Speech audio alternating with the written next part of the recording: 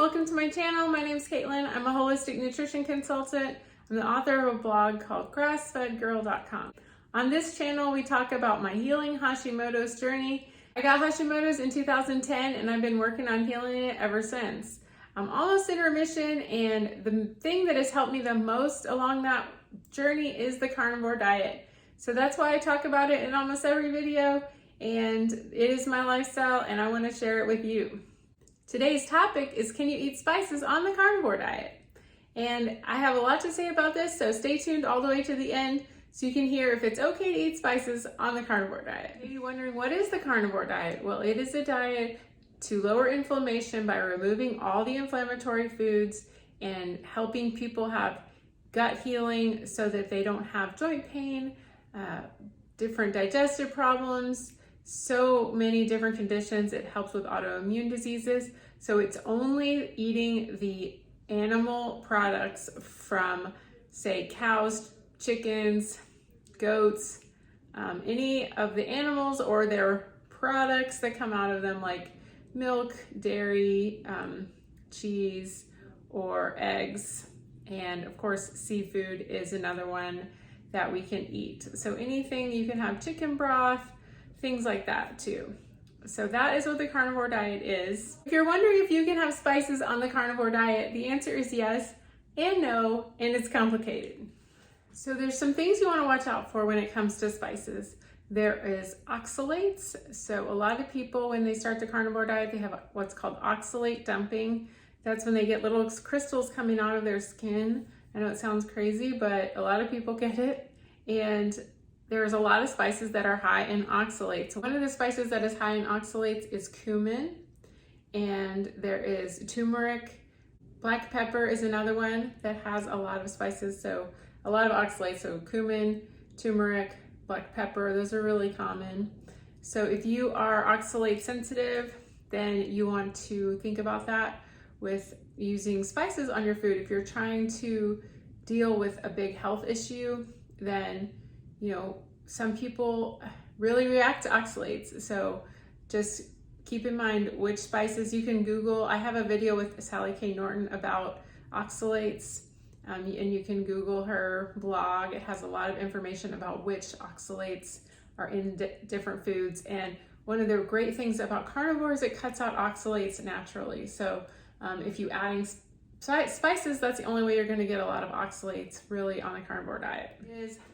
The next one to watch out for is nightshades. So any kind of peppers, paprika is one of my favorites. Nightshades can cause people joint pain, especially if they have autoimmune conditions. If you are familiar with the autoimmune paleo diet, that has no nightshades, and that is one of the reasons people feel that it works and it feels better for them, because it doesn't have any nightshades. So anything with tomatoes is a big nightshade offender. Eggplant, I mean, those aren't necessarily spices, but tomatoes can get into some sauces and things. So definitely, if you are sensitive to nightshades, or you're trying to overcome a big autoimmune problem, joint pain, stuff like that, it's going to be watching out for spices like paprika, peppers, which are nightshades. The next one to watch out for is garlic and onions. This is garlic powder. It is a FODMAP. So a lot of people do the digestive. A lot of people do carnivore because it has digestive health benefits, and a lot of people react to FODMAPs. Maybe if they have SIBO, which is small intestinal bacterial overgrowth, they might get bloating, gas from FODMAPs. So onions are a big part of that, garlic, and there's a lot of FODMAP foods. Carnivore cuts them all out, but if you add these back, then you might have some issues. So FODMAPs are another reason you might want to not have spices. Now, if your health is great and you're not having all of these issues, then I don't know why you're doing the carnivore diet. No, but really, if you want to do the carnivore diet and you want to have some spices, first you have to take them out for a few weeks and then slowly add back maybe one per week, and then see if you have any of those rashes, joint pain, bloating, the oxalate crystals, any of that could signal that you have a problem with some spices or certain aspects of plants. Plants have anti-nutrients and they do not want us to eat them, so they're going to fight back, and they do that with anti-nutrients, which are chemicals that our bodies have trouble breaking down. And everyone has a different level of sensitivity. Some people can eat all the spices in the world and they don't have any problem. I'm kind of in the middle. I have taken spices out. I have done very strict carnivore with no spices, but I've also done it with spices and it doesn't seem to be a big issue for me.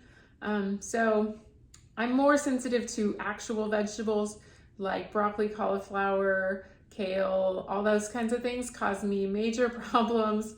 A little bit of spice here and there doesn't seem to be a big deal for me. I don't really use black pepper because I heard it blocks the absorption of certain minerals and vitamins, so I don't really use black pepper much. But now I don't want to be so paralyzed, because I did do the AIP diet and I couldn't even go out to eat, and I did not like that. I felt that the social isolation of the autoimmune paleo diet was more than any benefit I got from it, and I saw really no benefit at all. But I just decided that I would rather not worry about if they put pepper or something on my burger when I was at a restaurant than just be paralyzed with fear about what they're cooking my food with and what spices and everything. So that's my take on it. I do use spices whenever I'm eating with my family or other people. If it's just me, I tend not to put a lot of spices on anything. I like just good old red mint salt. You can use my code GrassFedGirl to get a discount on red mint salt down in the description box, or you can get my favorite electrolytes, Relight. I'll put a picture here, my favorite electrolytes. But anyway, make sure, just take the spices out for a while, add them back in slowly and see if you have any problems.